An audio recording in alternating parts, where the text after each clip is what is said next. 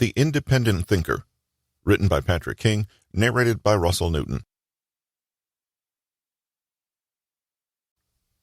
What does it really mean to be an independent thinker? In the spirit of originality, let's begin not with the perspective of this book's author, but with yours. When you opened this book, you had a few expectations about what you'd find inside, as well as some idea of why you were reading such a book. These expectations may be unconscious, or you may be more aware of them, but whatever they are an excellent starting point for the themes and ideas we'll be exploring in the chapters that follow. The levels of mastering independent thought. In choosing this book, you've already shown a desire for, or interest in, independent thought. Some part of you is already independent. And yet, ironically, in picking up a book that guides and teaches you how to be more independent, you must necessarily already lack this characteristic. If you were truly independent, you would need the book, right?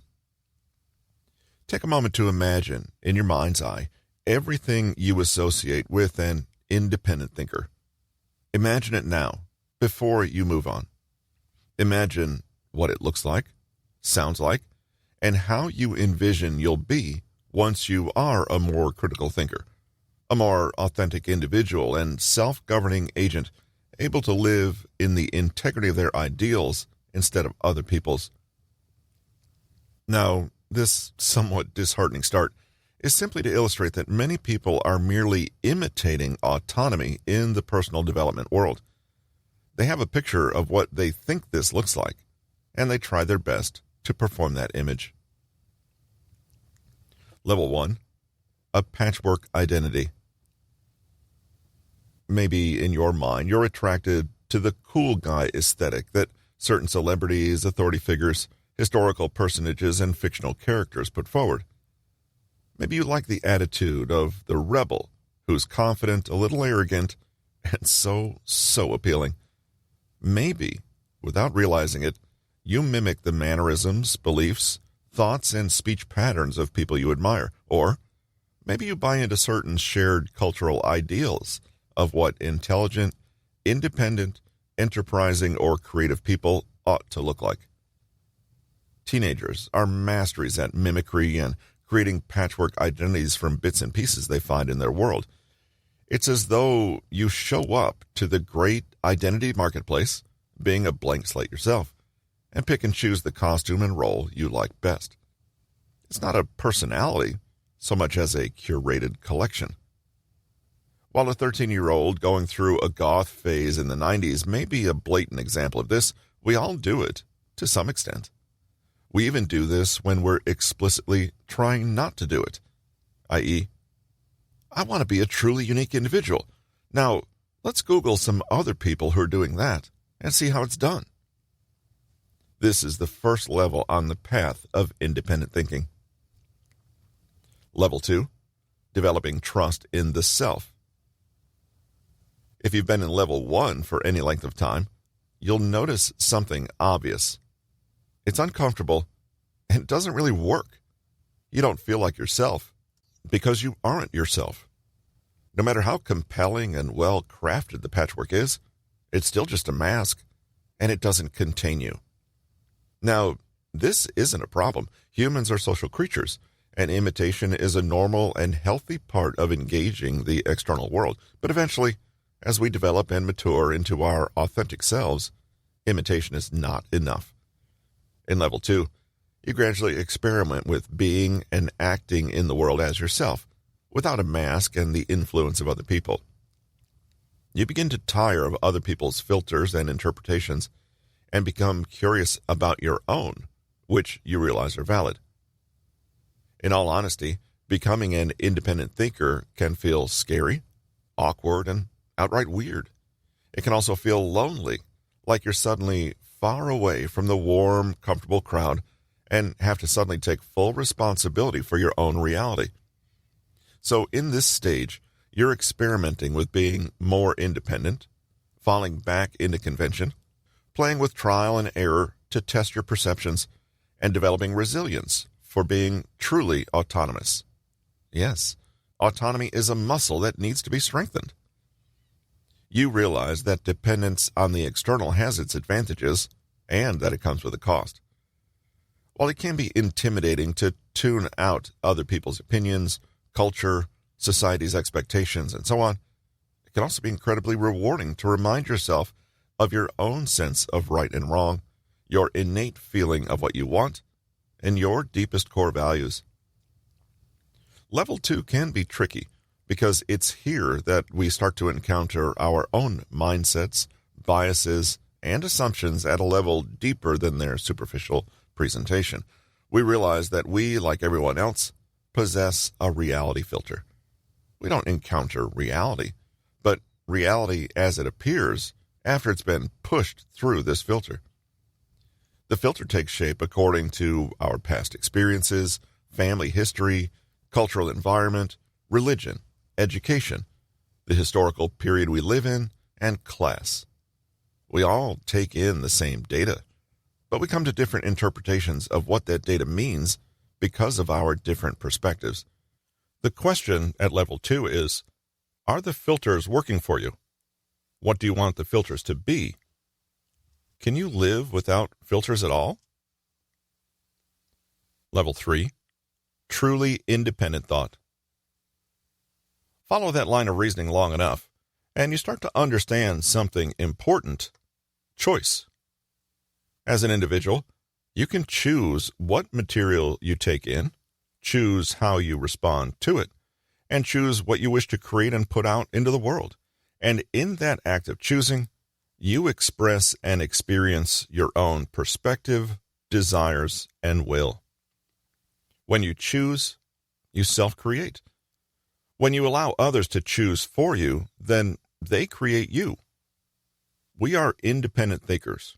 We have our own weight and gravity and stand strong in ourselves, regardless of what others are doing or thinking. We're tuned into our inner compass, values, and selfhood. We look within to evaluate actions and ideas according to our own criteria, and not criteria we borrowed from others or had foisted on us when too young to realize. We are free, and we are consciously participating in our life rather than passively receiving it pre-digested by others. We take responsibility for our worldview and perspective. Yes, it's our responsibility to know and maintain the state of being we choose, and engage with the internal world with an unshakable sense of our own dignity and value. We're comfortable testing our own assumptions and the assumptions of others. We don't just think, but reflect on our thinking, i.e., metacognition, and we realize that we always have the power to choose our behaviors, thoughts, and beliefs. We try to understand things from the inside out, rather than happily believing everything we're told. We're no longer an echo of someone else's values or actions or perspectives, but our own original voice. This sounds great, right? Think for yourself is something people say, but it is an incredibly difficult thing to do. The world is filled with ready-made opinions, untested assumptions, unintelligent biases, lazy thinking, denial, escapism, imitation, and unchecked ego. Ask yourself, when was the last time you had a truly independent thought, something that your own mind generated, and which didn't come directly from more forceful personalities and ideologies around you? The conventional, unadventurous thinker goes out into the world and asks, what are the rules of the game here? What am I supposed to be doing? In this way, he passively asks for the external world to tell him what to value, focus on, feel, and want. The independent thinker goes out in the world and instead asks, what can I create here? What's happening? And how can I learn more about it? What could potentially be? What do I want to do? There's only one way to think and be for conventional thinkers, and they figure that out by looking outside themselves, other people's opinions, culture, politics, whatever. But to think independently, you need to turn within and generate your own original response, your own authentic perspective, and your own view of life. This is infinitely more valuable than anything you've simply been told, because you value yourself and you trust what you know and what you're capable of. It's a guarantee that almost all the content you encounter out there in the world is essentially telling you what to do, think, feel, or focus on. News headlines, social media noise, junk on the TV, advertising pasted on every square inch of your life, peer pressure, endless political squabbling. You just drift along and go with it without your own independent thought. But the next time you see a talking head on a pixelated screen, realize that you have a choice.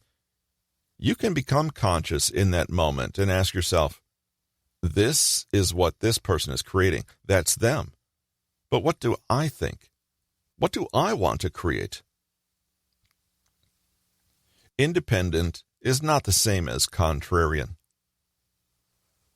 When I was a teenager and just becoming aware of the possibility of independent thinking, I got into the habit of mistaking cynicism and distrust for critical thinking. I had correctly learned that the media often lied, and so every time someone mentioned a news article, I would say something like, "Come on, you don't honestly believe everything you read, right?" This annoying habit had come from the unconscious belief that if I wanted to stand apart and be independent, all I had to do was push against the popular opinion.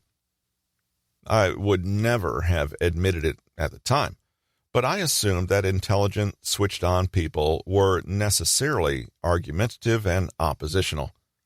However, I was a contrarian and not a truly independent thinker. What's the difference?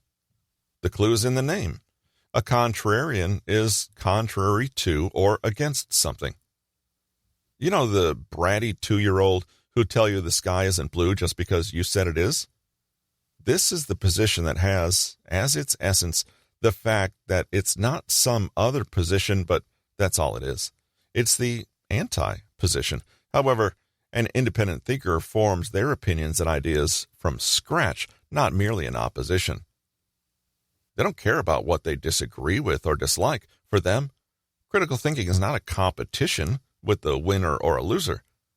Something within them guides the formation of their opinions, their own experience, logic, reasoning, desires, and values. Sure, the outcome is often at odds with convention, but being at odds is not the goal. There's usually a hearty dose of emotional bias, excitement, passion, or ego driving their resistance for a contrarian. For independent thinkers, though, the thought process is less flashy, more reason-driven, and, well, not as glamorous. Meanwhile, for contrarians, the goal may be to bolster a certain ego image, or it may be a deeply unconscious psychological need to dominate, to be heard, to stand out, or to protect against assumed attack. The focus and direction of such thinking is external. It pushes against other people and attempts to certainly affect other people. Some find them fun and interesting and creative and brave, while others find them annoying and get tangled in arguments with them. But for independent thinkers, other people are beside the point. The goal is to understand, to figure things out. What other people think? Largely irrelevant. Now, contrarians and independent thinkers often arrive at the same conclusions, but the question is why they end up there. They'll often do the same actions, for example, question everything, but for very different reasons.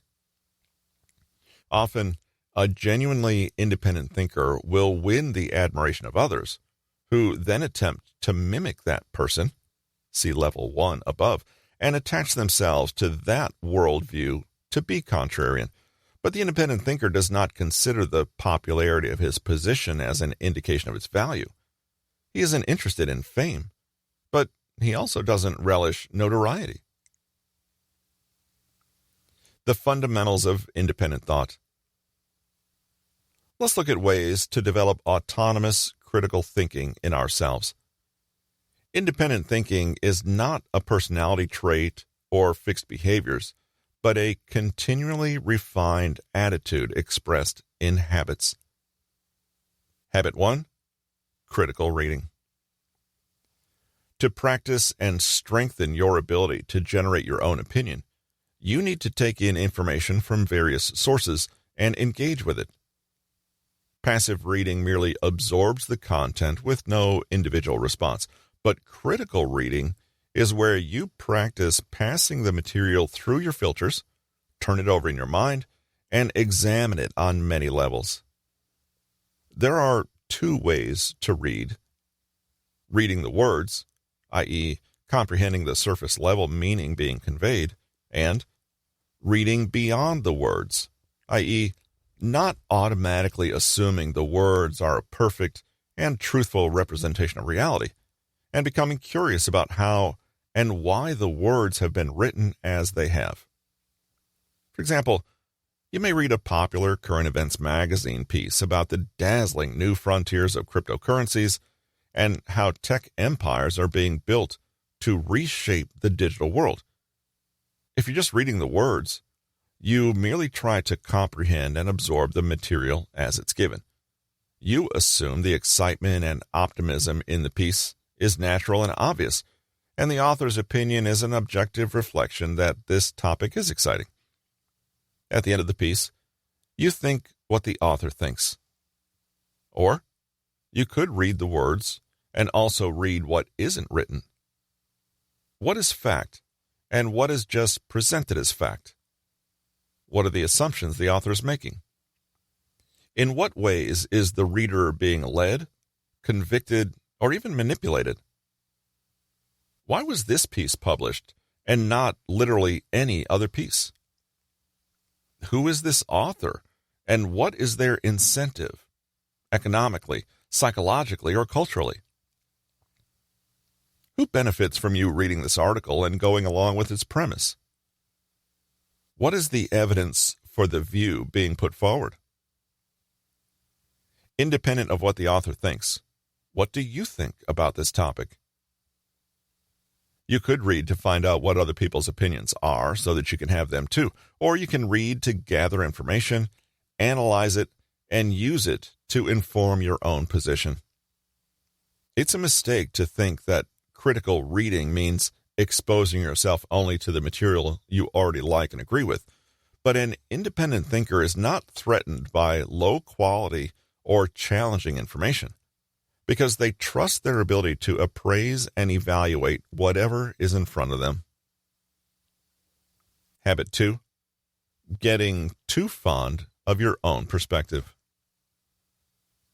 Don't be the person who finds their position and then clings on to it forever after, no matter what. Humans have a natural bias for protecting and defending the opinions they already hold.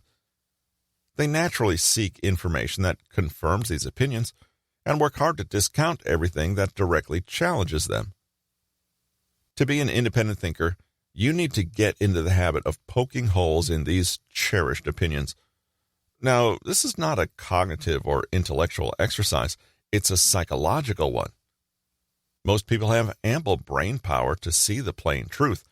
However, even ultra-intelligent people jeopardize themselves when allowing bias, ego, and fear to control them. Getting too attached to your perspective means you don't abandon it when you should, i.e., when confronted with ample evidence that something is rubbish. Many people like to style themselves as smart philosopher types, yet only seem to invoke their vast intellectual powers to reinforce sloppy beliefs and opinions they formed without a second thought. Be independent of other people's opinions, but free yourself from the chains of your own outdated opinions too. This takes two things: humility and curiosity. Thinking novel, original thoughts means we have to go outside our comfort zone. The biggest threat to generating a truly unique and new idea is the assumption that you have the best idea already.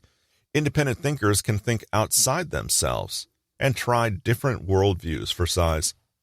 They genuinely want to see the world through the eyes of people different from them. That means they don't engage others to argue or win them over, but to actively expand their own understanding. They don't read new material, get into conversations about the idea that they need to defend themselves, or forcefully make their point until the other person recognizes them as the winner. Habit 3. Being okay with being disliked. Independent thinking means thinking that is not dependent, but dependent on what? The thoughts, opinions, reactions, or behaviors of others. So, you think what you think, even if other people don't agree, don't understand, or actively don't like you because of it. It comes down to how you view the purpose of thinking. For conventional thinkers, an opinion or thought is an identity marker, or a stick to beat others with. It's something done to win other people's approval or comply with norms and fashions. They engage at the superficial level, i.e., within the realm of other people's thoughts about reality. For independent thinkers, the primary goal is always to learn, understand, and directly engage with reality. Therefore, having their thoughts and opinions disliked is not a problem. It's far more satisfying to be respected than to be liked. Being the same as people around you can outwardly make you feel safe and accepted. Isn't it better to witness and appreciate the differences in one another and still respect them and cooperate, not in spite of differences, but because of them?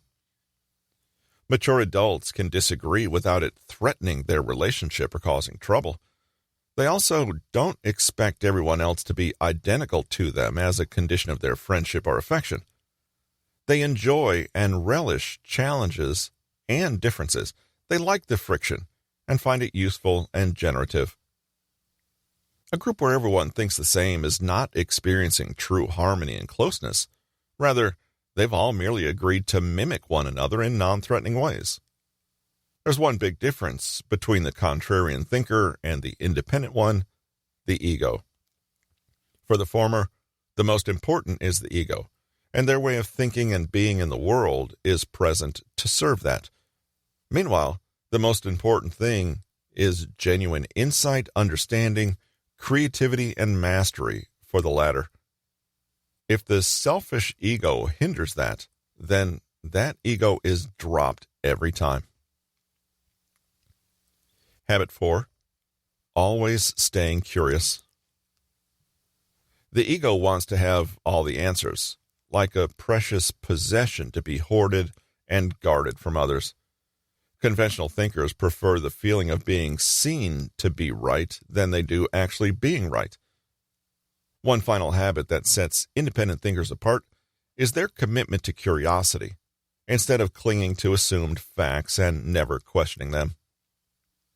Genuinely questioning the world is a lot harder than it looks. How many of us assume that if someone quotes a scientific paper in their argument, this is automatically sound and has to be accepted?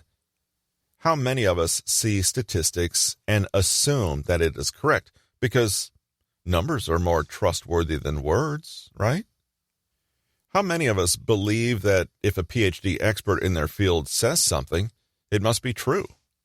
Well, this information may be true, but if it is true, it's not because it was in the right publication or written by the right author using the right terminology. It's true because we could find enough sound evidence to support the fact. This is a subtle but major distinction. As independent thinkers, we question everything, including the ingrained and culturally sanctioned methods of questioning what others have taught us. You're most at risk for sloppy and useless thinking when you are most blind to your own shortcuts, assumptions, prejudices, or expectations. It's great to challenge all the biases you're already familiar with, but what about all those biases currently invisible to you? How are you going to uncover them? Independent thinkers are driven not by the desire to conform and win everyone's approval, but they're also not reacting defiantly by being automatic rebels. Instead, they care most about real, valuable ideas, thoughts they generate themselves, and using that power of thought to its maximum potential. Independent thinkers are driven by a passion far greater and more lasting than the compulsion to aggrandize the self. They want to improve in life, learn, grow, and bring illumination and understanding to the world in general. It's a much bigger prize, isn't it? What independent thinking actually looks like. At this point, let's clarify a few characteristics of the independent thinker. They gain awareness of their own thinking as thinking and take conscious control over it, rather than passively and unconsciously going along with others. They trust their own perceptions, will, desires, and interpretations, and don't automatically privilege other people's over their own. They're comfortable going outside their comfort zone and don't mind admitting errors or being disliked for their positions. They take in enormous amounts of information, but actively engage with it, not just on a superficial level, but also critically. They know their cognitive biases, expectations, blind spots, and the ever-present ego, and try to minimize any disturbance to their genuine understanding. A conventional thinker occupies a mental model unconsciously, and the model they use may be something of someone else's creation. An independent thinker knows many mental models and owns their responsibility to choose which one to occupy and for what reasons. This section will look at a few key historical figures who are broadly considered to embody the above characteristics. These thinkers and theorists have demonstrated thoughts and opinions so genuinely novel and independent that they always have changed the course of history, or else drastically broadened the existing paradigm. But in reading about these people, we're not simply trying to answer the question, how could it be more like them? That's simply level one thinking. Instead, we want to see what we can learn from their experience and understand what it says about our own. You may wonder if independent thinkers are always philosophers and scientists. Independent thinking can manifest as the scientific method, but this is not all it is. Seeking evidence, establishing the truth through experiment and falsifiability, and using reason and logic are all used in the sciences, but they're more rightly a part of a broader approach to reality. You need not be a scientist to be an independent thinker. As long as you are questing for deeper understanding and will consider your role in the equation, so to speak, then you are a critical and independent thinker. The people we'll discuss below all liberally used analytical, logical, conscious, and reflexive mental models. These models gave them a richer and more lively perspective on reality than people who merely swallowed convention without a second thought. You could argue that independent thinking should just be called thinking. Everything else is a knee-jerk reaction, habit, ego, coping mechanism, or piece of culture. Let's see what we can learn from the independent thinking heavyweights. Socrates teaches us about challenging assumptions. Socrates was basically a one-trick pony. That trick? Asking questions. That's it. Socrates wanted to understand. He wanted to dig deep. And when he thought he found an answer, he questioned that. He knew that correctly honed mental faculties were humanity's saving grace, and he took it as his mission to use dialogue, logic, and reason to uncover the truth. Besides Socrates' philosophy, he was known for what's now called Socratic dialogue. Reality is revealed to us when we engage with our ignorance. In curiosity, we ask questions and keep on asking them. We question even our questions and our means of interpreting the answers. We start from the bare bones, assume nothing, and take small, logical steps to discover what we absolutely can know. Socrates would demonstrate this dialectic to uncover hidden assumptions in a literal conversation. Step by step, the truth is revealed. In classical Socratic dialogues, two people discuss higher concepts like virtue, the nature of knowledge, and art, but we can use a similar approach to uncover assumptions in our everyday lives. We can ask questions such as, what do I mean by XYZ? What assumptions have I made about definitions? What is my evidence for thinking this? Do I have any reason to believe it? What do I know here? And what am I simply guessing? What am I or you not seeing? I may have made an error by omission. Getting a handle on your own assumptions means being willing to think from scratch.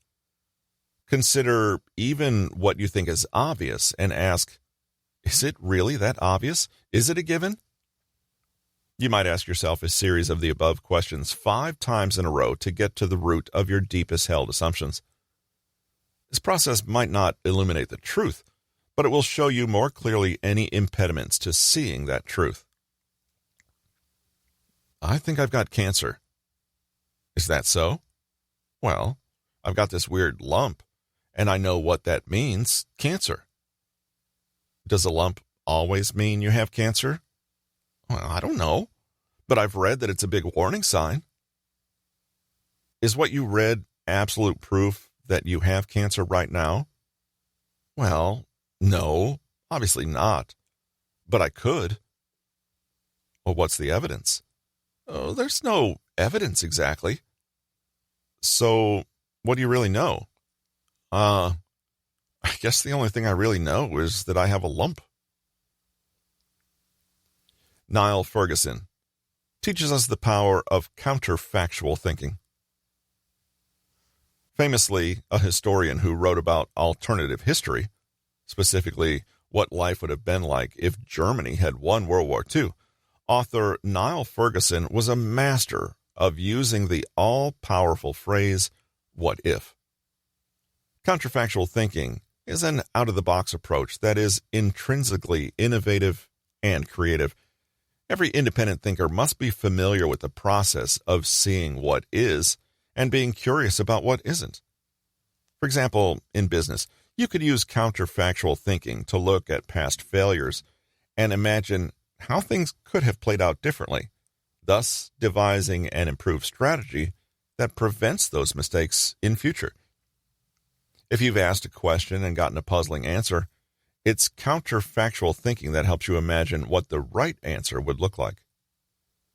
This thinking style is a little strange and unfamiliar to those used to working only with what's right in front of them. Still, for those natural inventors and creatives of the world, thinking about what could be is as important as thinking about what is.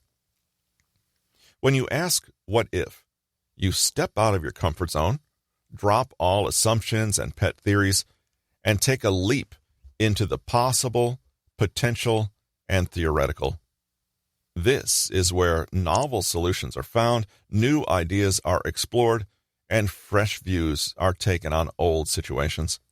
In a way, Socrates was also a counterfactual thinker in the sense that he repeatedly asked, what if everything I think I know is actually wrong? What then? Friedrich Nietzsche teaches us about perspective. Nietzsche was a philosopher who knew how much ego stood in the way of understanding, and he made liberal use of teasing, criticism, and humor to poke holes in the prevailing yet unexamined ideologies of the time. Rather than being a nihilist, Nietzsche was instead keenly aware of the fact that every person inhabits a particularly conditioned perspective, informed by where they're born, when, how they're educated, who their parents are, and what their culture teaches them. Unaware of their impact, we are slaves to these influences. But if we become aware of our circumstances, we give ourselves choice. We master ourselves and the world at large, and become the creator of our experience rather than at its mercy. Nietzsche believed that one way to get outside of these perspectives was to liberally try on as many as possible and genuinely see the world through other people's lenses. Nietzsche said, "There is only a perspective seeing, only a perspective knowing, and the more affects we allow to speak about one thing, the more eyes, different eyes we can use to observe one thing, the more complete will our concept of this thing, our objectivity, be. Thus, all there is in the world for us, as human beings, are different subjective perspectives of that world. But if we can appreciate as many perspectives as possible, we gain a richer and more intelligent view of that world." For Nietzsche, there are no facts, only interpretations, and every person adopts their worldview and mental models to serve their needs. Our egoism is merely a narrowing of perspective. To free ourselves as much as possible, we need to widen that perspective and mix it up. One great way to do this: find a point of view that is diametrically opposed to your own and pretend it is your own. Make arguments for it. Imagine that, in its way, it makes complete and perfect sense. Genuinely engage with people who disagree with you. Imagine that in doing so, you are accessing another aspect of the issue that you were previously blind to. Your world becomes bigger. Summary. Independent thinkers can think logically, clearly, and autonomously, outside the pressures of their cultures, upbringings, past experiences, or historical period. They are conscious and aware, rather than reactive and automatic, and can truly think and experience for themselves. Cultivating independent thought takes time and effort. The first stage is to assemble a patchwork identity as an independent thinker and mimic others we see around us. The second stage is to gradually develop trust in our own perspectives and intellectual faculties, while occasionally deferring to convention. The final step is truly independent thought. This free, adventurous, creative, and proactive thought originates purely within us. The fundamentals of critical thought include learning to take in information, especially reading critically, dropping the ego so that you don't get stuck in any one perspective or opinion, having the bravery to be disliked for being different, and maintaining an open and receptive rather than closed mind. Conventional thinkers differ from independent thinkers in their approach to reality itself and how they see the function of thinking. For the former, it's to bolster the ego. For the latter, it's for the thrill of encountering reality directly. Independent thinking is a way of being that can be practiced and nurtured. We do this by cultivating awareness, dropping ego, and learning to engage critically with the information we take in. This is not the same thing as being a contrarian who goes against the grain merely to rebel. Many famous independent thinkers throughout history shed light on how we might develop the capacity in ourselves. Socrates teaches us the power of asking questions and uncovering our assumptions by taking nothing for granted. Niall Ferguson teaches us about counterfactual thinking and imagining answers to the question, what if? And Nietzsche teaches us the value of perspective switching to enrich our perception of the world. This has been The Independent Thinker, written by Patrick King, narrated by Russell Newton. Copyright 2021 by Patrick King. Production copyright by Patrick King.